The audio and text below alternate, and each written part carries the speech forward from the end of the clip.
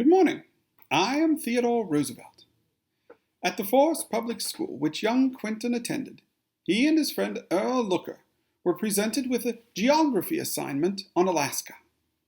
They burrowed into the subject with the determination of young bookworms, resolved to eat their way clear through and out the other side. The research was magnificent.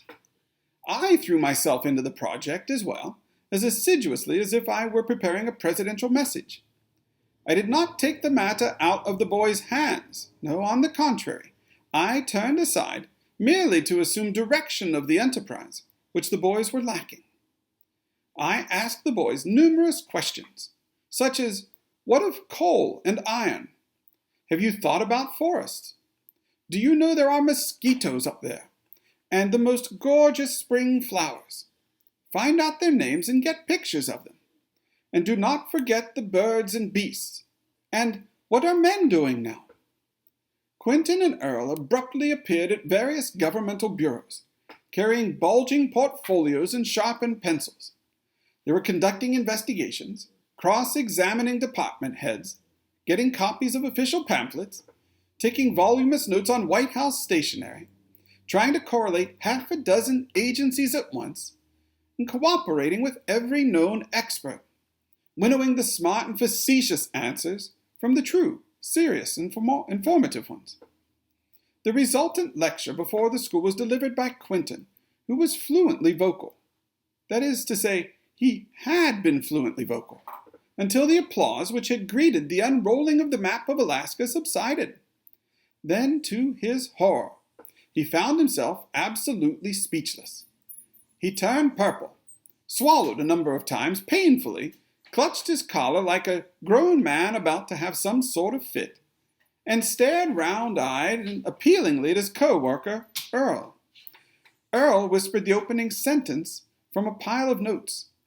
Alaska is a really great big country all by itself.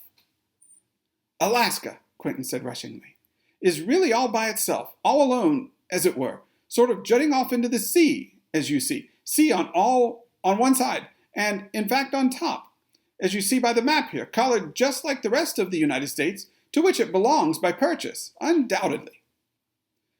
As Quentin continued, he began to perspire freely and gesticulate wildly, and still more wildly with his hands, which he quickly hid behind his back, every time he became recurrently conscious of them. However, the children in the class began to realize that all the information Quentin and Earl had amassed was trickling out. Quentin had so much to say that he poured out his information at a rate with which none of the executive stenographers could possibly have coped with. Abruptly, Quentin came to the end and stopped. He waited for the tumultuous applause which he had imagined would instantly be forthcoming. There was not a sound. Quentin turned purple again and waited, and waited, and waited.